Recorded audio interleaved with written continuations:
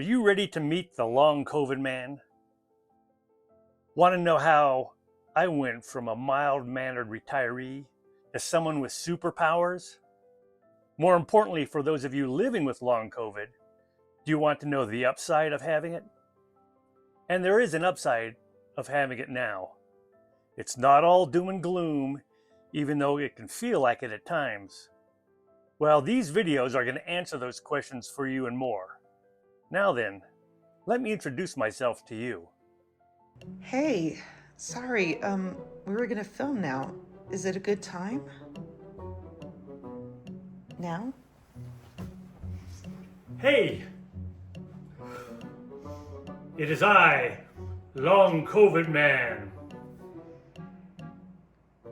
Yeah, all right. That's a wrap.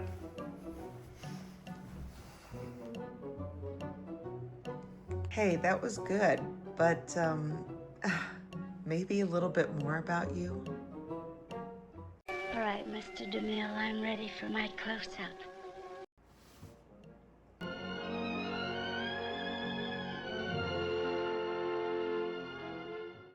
All right then, let's try that again. Hello everyone, I am the Long COVID Man. This video is the first in a series of hopefully more than one video about my life as the Long COVID Man. In this series, I'm going to be examining the aspects and challenges of living with long COVID. By the way, you caught me at a good time because I'm wearing my superhero outfit, or at least one of them right now. And I'll tell you what, it's all about the comfort. Starting off with the slippers. Look at these babies. This is going in style. Then again, I have the flannel pajamas, super comfortable. Comfortable shirt, nice comfortable hat. It's all about taking it easy when you're long COVID man. So up front, to let you know, I've actually been wanting to make this series of videos for a long time now.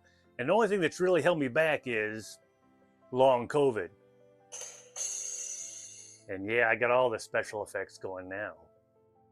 So yeah, as you can probably guess, in this series of videos, you can expect some dad jokes. And the only thing worse than a dad joke, granddad jokes. Joking aside, this is my fourth attempt at making a first video. And in doing these things, or attempting to do them, I've had to come face to face with a couple of things. The first of which is, I'm not photogenic. I mean, I wasn't photogenic when I was young, and age has not improved that at all. We're going to try to overcome that with clever editing, great artwork, cutting to different things, memes, whatever. You'll get the idea. The second thing that I've had to confront really head on is the fact that having long COVID has really been detrimental to making videos about having long COVID. In my last attempt at making one of these videos, I started filming at about noon. And boy, that was a mistake. I was having a bad day. Brain fog had already set in. And well, it wasn't completely incoherent, but it really wasn't salvageable. So starting over again today, a bit earlier. If you have long COVID, you probably identify with what I'm saying. There are times when the brain fog sets in and I have trouble linking more than one sentence together at a time. I lose focus easily. I jumble up the words. It's not good. That's all I can say. So in this case, hopefully fourth time is the charm. As far as what I want to do with this channel, it's a variety of things.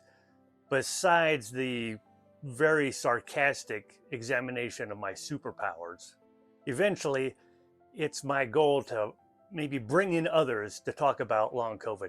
Folks from the healthcare industry that are working on finding a cure or at least relieving the symptoms, as well as others that are suffering from long COVID who may share some of my symptoms and have some of their own. Grand plans, I know, but we'll see where we go.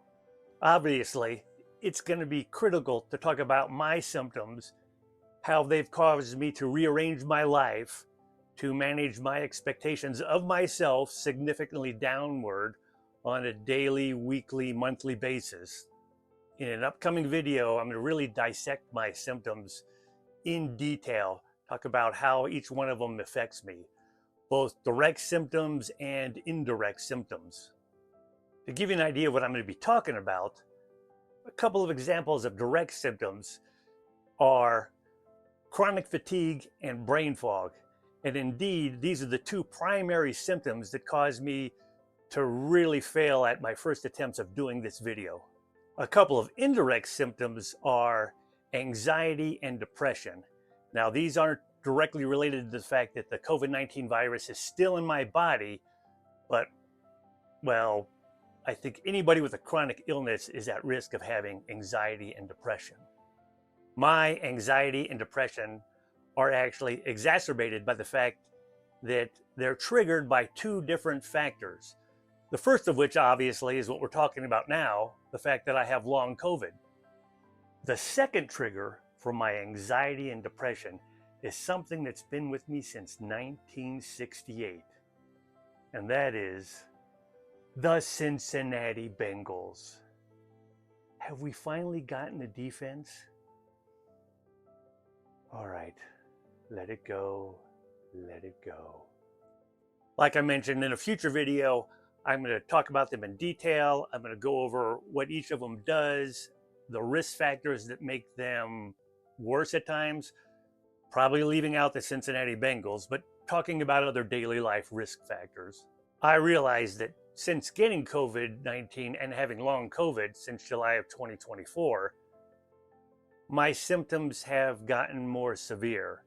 I guess this is what's known as a trajectory increase. That's some term. Something that I was blissfully ignorant of until just a little bit ago. But yeah, I'm on a trajectory increase. Here's another phrase for you. Increased symptom burden. Wow, that's something else. Increased symptom burden. It's kind of a nice way of saying I'm getting sicker or my health is declining. Come to think of it, I'm going to go with increased symptom burden. In the next video or two, I'm also going to be talking about the upside of having long COVID now. And that's not snarky, that's not sarcastic. There is a bit of an upside to having long COVID in 2026. Finally, I'll be talking about what's next. What's next for me, what's going on with me right now, what's next as far as research is going, what's going on with the community, that kind of thing. Who was I before I got my superpowers? Well, I'm in my late 60s, and for just about my entire life, I led a really active lifestyle. And at 65, I was financially secure enough to retire. By the way, if you want, leave a comment below and ask me about how I was able to retire. And I can tell you my 10-10-10 financial strategy. And that is how to turn $10 into $10 million in just 10 minutes. That's not true. I am happy that I was secure enough to retire when I did, but it took me almost a half a century to work to get there. In my life, I've really had no major health issues. Recently, I had my left knee replaced, and that turned out really well. But as far as physical problems, kind of getting old is really all it's been. I am a Marine, and when I say that, I'm the best kind of Marine, a retired Marine. And until I got long COVID, I was also an ultra marathoner. At times, I've really woven my self-esteem into how well I performed at something, whether at work or as a runner in a race. Did I run well in this race? Did I not run well? And God forbid if I had to drop out of a race. This is important because the mentality that I learned first as a Marine and then as an ultramarathoner was to succeed, to really push through and power through whatever was going on. Late in a race, if I was drained, if I was tired, if I felt like I can't really go on, my brain was saying, push through it, you'll get there. This is temporary, you'll get through, just keep going. More on this mentality in future videos because it has really caused me problems now that I have long COVIDs. Pushing through stuff is no longer an option. Ultra marathoning has been really hard to let go of. It was, again, part of how I self-identified. And now that I'm not doing that, now that I'm not even running anymore, now that a good busy day is when I go for a walk, well, it's been tough to let go of. Before long COVID, the only real physical or mental challenge that I faced as a person was the fact that I've got ADHD. Although growing up in the 60s and 70s, it wasn't identified as that.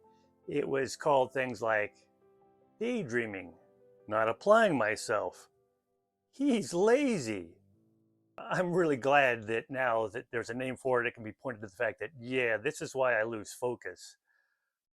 However, as an adult, I learned to work through it. My ADHD wasn't so bad that I needed to take medication for it. I just trained myself, hey, I can focus on these things and I will do well and I can succeed even with this. Unfortunately, one aspect for me in having long COVID is now that it's like having ADHD on steroids. Get to the middle of a sentence and I'll have forgotten what it was I was gonna say.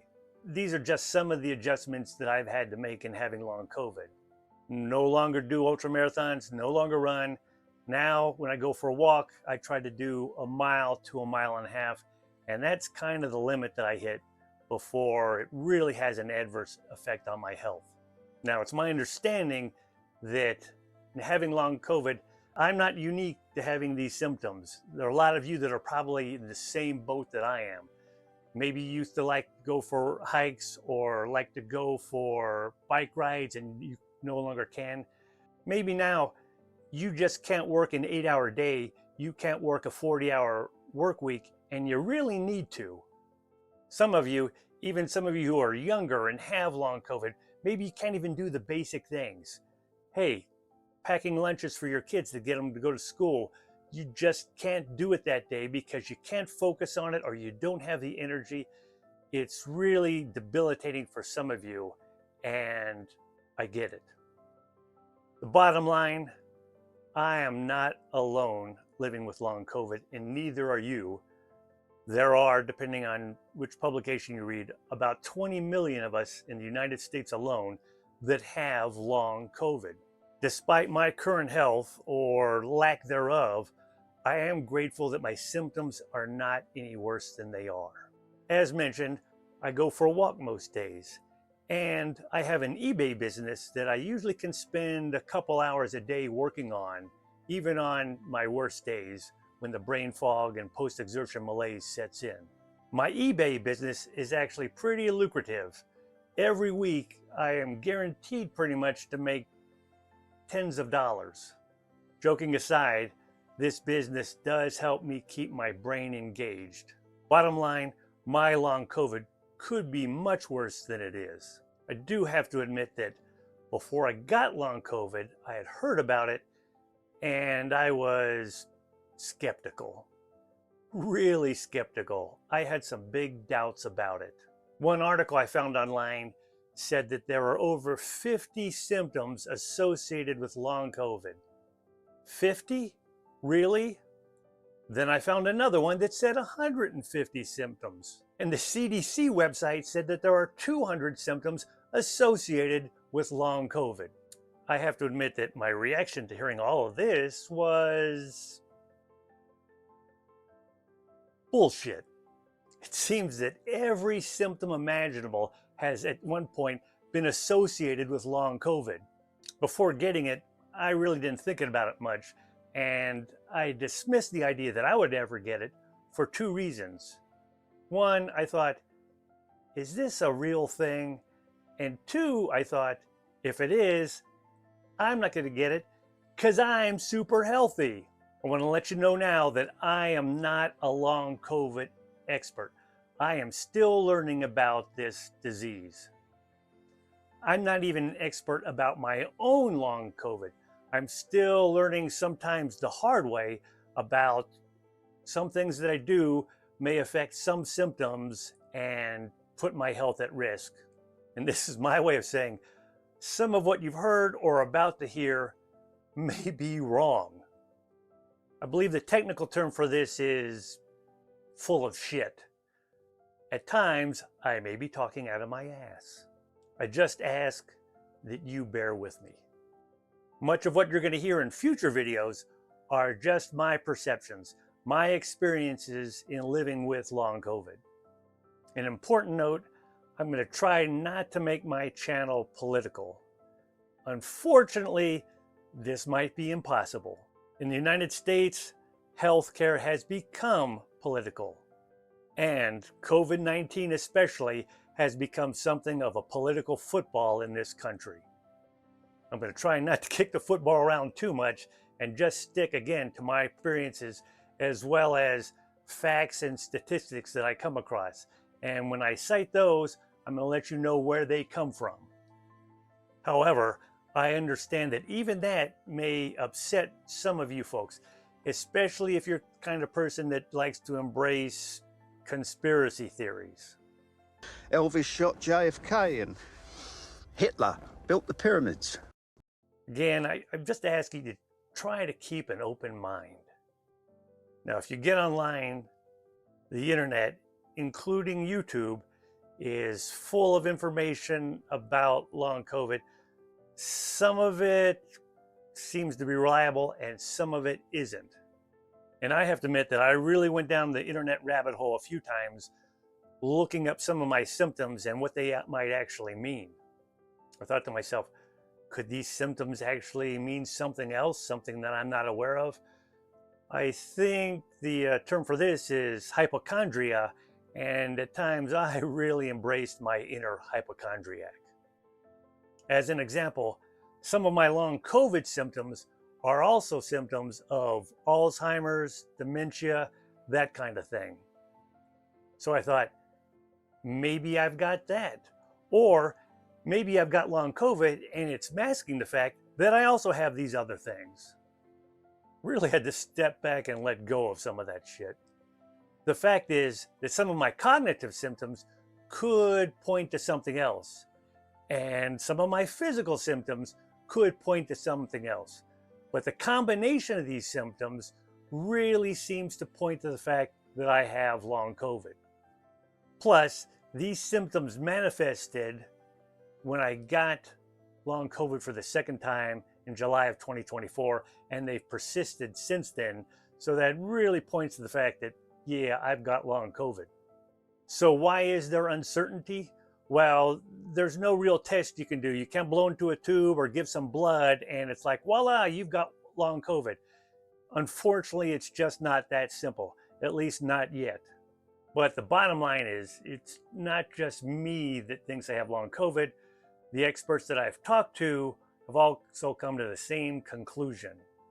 But if you want to do some scoring at home, the February briefing of the Recover Initiative, known as Researching COVID to Enhance Recovery, and I've left a link to that below, includes a chart that shows on a scoring basis the likelihood that somebody has long COVID. Well, I'm grateful that I live in the greater Denver area, because that means that I live near the University of Colorado Anschutz Medical Campus.